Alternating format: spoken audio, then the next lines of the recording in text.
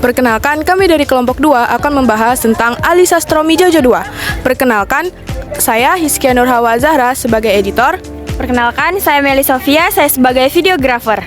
Dan ada 5 anggota kami lainnya sebagai pembicara. Assalamualaikum warahmatullahi wabarakatuh. Kami dari pemateri. Perkenalkan, nama saya Suli Sundari. Perkenalkan, nama saya Nuriza Kasih. Perkenalkan, saya Yohana Delia. Saya Francisca Amelia Noela. Saya Sri Devi Oktavia.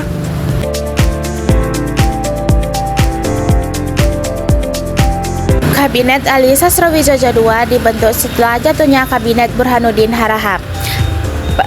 Kabinet ini mulai bekerja pada 20 Maret 1956 pada masa demokrasi liberal.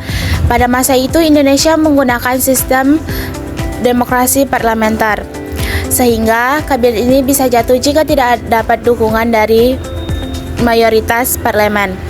Kabinet ini dipimpin oleh Ali Sastromijojo dari Partai Nasional Indonesia. Kabinet ini terbentuknya atas kerjasama 3 partai besar, yaitu Partai Nasional Indonesia, Nahdlatul Ulama, dan Partai Masyumi. Tujuan utama pembentukan kabinet ini adalah untuk melanjutkan pembangunan negara dan memperjuangkan pembatalan konferensi meja bundar.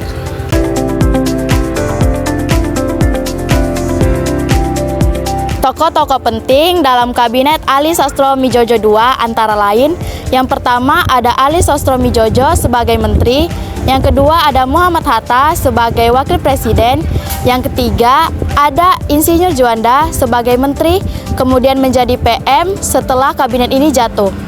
Tokoh-tokoh lain dari PNI, NU, dan Masyumi yang mengisi berbagai posisi kementerian. Kabinet ini juga sering disebut sebagai Kabinet Ali Roem karena melibatkan tokoh dari Masyumi.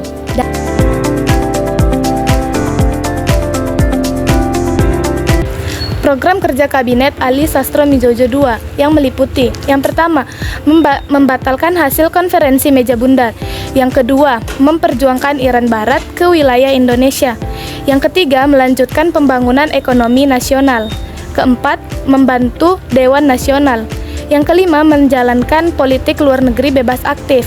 Salah satu keberhasilan penting kabinet ini adalah pembatalan konferensi meja bundar dengan Belanda.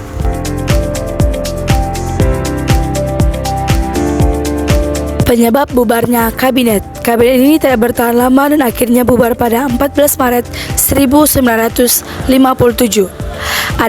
Ada beberapa penyebab dari bubarnya kabinet ini. 1. Terjadinya konflik dan perpecahan di dalam partai-partai pendukung. 2. Situasi politik dan keamanan tidak stabil. 3.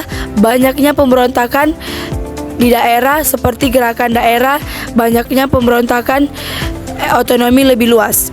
4. Mundurnya Partai Masyumi dari kabinet karena kehilangan dukungan mayoritas di parlemen. Kabinet ini akhirnya jatuh. Setelah itu, Presiden menunjuk Ir Juanda dan membentuk kabinet baru, yaitu Kabinet De Juanda.